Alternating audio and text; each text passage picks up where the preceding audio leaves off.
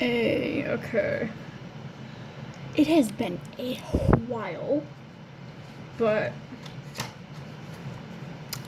I have returned. I was traveling. I was in New York. And I am back. So, chapter 3 of Magnus. Jeez, sort of summer. I have a lamp now.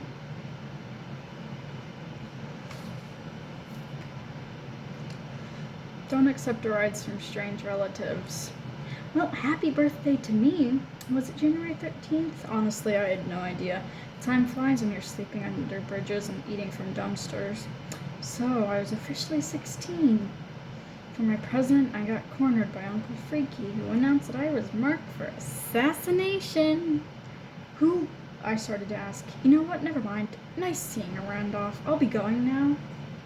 Randolph remained in the doorway, blocking my exit. He pointed the iron tip of his cane at me. I swear I could feel it pushing against my sternum from across the room. Magnus, we need to talk. I don't want them to get to you, not after what happened to your mother. A punch in the face would have been less painful. Memories from that night spun through my head like a sickening kaleidoscope. Our apartment building shuddering, a scream from the floor below, my mother, who'd been tense and paranoid all day, dragging me toward the fire escape, telling me to run. The door splintered and burst. From the hallway, two beasts emerged in their pelts, the color of dirty snow, their eyes glowing blue. My fingers slipped off the fire escape railing and I fell, landing in a pile of garbage bags in the alley. Moments later, the windows of our apartment exploded, belching fire. My mom had told me to run. I did. She'd promised to find me. She never did. Later on the news, I heard that her body had been recovered from the fire. The police were searching for me.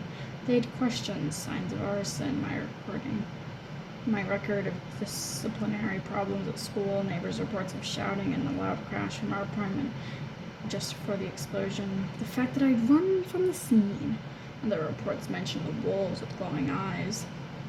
Ever since that night, I've been hiding, living under the radar, too busy surviving to grieve properly from my mom, wondering if I'd hallucinated those beasts. But I knew I hadn't. Now, after all this time, Uncle Randolph wanted to help me.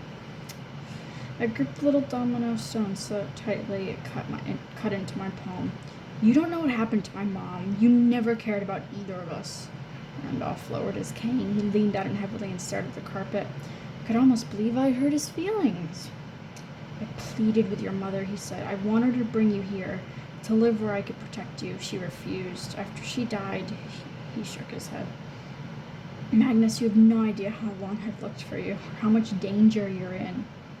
I'm fine, I snapped, though my heart was thumping against my ribs. I've been taking care of myself pretty well.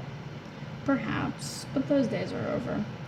The certainty in Randolph's voice gave me a chill. You're 16 now, the age of manhood. You've escaped them once the night your mother died. They won't let you escape again. This is our last chance. Let me help you, or you won't live through the day. The low winter light shifted across the stained glass transom, washing Randolph's face in changing colors, chameleon style. I shouldn't have come here. Stupid. Over and over, my mom had given me one clear message. Don't go to Randolph. Yet here I was. The longer I listened to him, the more terrified I got, and the more desperately I wanted to hear what he had to say. I don't need your help, I said, the strange little domino on the desk. I know about the wolves.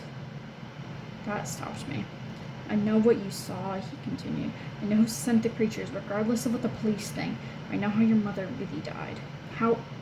Magnus, there's so much I need to tell you about your parents, about your inheritance, about your father. An ice cold wire threaded its way down my spine. You knew my father? I didn't want to give Randolph any leverage. Living on the street had taught me how dangerous leverage could be. But he had me hooked. I needed to hear this information. Judging from this, a praising gleam in his eyes, he knew it. Yes, Magnus, your father's identity, your mother's murder, the reason she refused my help, it's all connected. He gestured toward his display of Viking goodies. My whole life I've been working toward one goal and trying to solve a historical emergency. Until recently, I didn't see the whole picture. Now I do. It's been leading to this day, your 16th birthday. Look, I backed up to the window as far as I could get from Uncle Randall. Look, I don't understand 90% of what you're saying, but if you can tell me about my dad. The building rattled like a volley of cannons had gone off in the distance. A rumble solo. I felt it in my teeth. They'll be here soon, Randolph warned. We're running out of time. Who are they? Randolph limped forward, relying on his cane. His right knee didn't seem to work. I'm asking a lot, Magnus. You have no reason to trust me, but you need to come with me right now. I know where your birthright is. He pointed to old maps on the desk. Together we can retrieve what is yours. It's the only thing that might protect you. I glanced over my shoulder out the window. Down in the Commonwealth Mall, Earth had disappeared. I should have done the same. Looking at Uncle Randolph, I tried to see any resemblance to my mother, anything that might inspire me to trust him. I found nothing. His imposing bulk, his intense dark eyes, his humorless face and stiff manner. He was the exact opposite of my mom.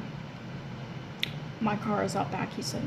Maybe we should wait for Annabeth and Uncle Frederick. Randolph grimaced. They don't believe me. They never believed me. Of desperation as a last resort, I brought them to Boston to help me look for you. But now that you're here, the building shook again. This time the boom felt closer and stronger. I wanted to believe it was from construction nearby or a military ceremony or anything easily explainable. My gut told me otherwise. The noise sounded like the fall of our gargantuan foot, like the noise that had shaken our apartment 2 years ago. Please, Magnus, Randolph's voice quavered. I lost my own family to those monsters. I lost my wife, my daughters. You had a family?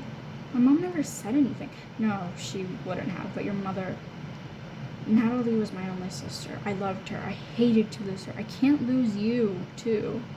Come with me. Your father left something for you to find, something that will change the world. Too many questions clouded my brain.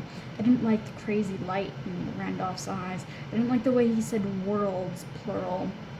And I didn't believe he'd been trying to find me since my mom died. I had my antenna up constantly. Randolph had been asking about me by name, one of my street friends would have tipped me off like Blitz had done this morning with Annabeth and Frederick. Something had changed. Something that made Randolph decide I was worth looking for. What if I run? I asked. Will you try and stop me? If you run, they'll find you. They'll kill you. My throat felt like it was full of cotton balls. I didn't trust Randolph. Unfortunately, I believed he was earnest about people trying to kill me. His voice had the ring of truth. Well then, I said, let's go for a ride. You've heard about Boston? You've heard about bad Boston drivers? That's my Uncle Randolph. The dude gunned his BMW 528i, of course it had to be a BMW, and shot down Commonwealth Avenue, ignoring the lights, honking into the cars, leaving random... Oh, that is the next chapter. Yeah, 1 second. I'll be back in like 10 minutes. I don't know. You guys don't know what time is.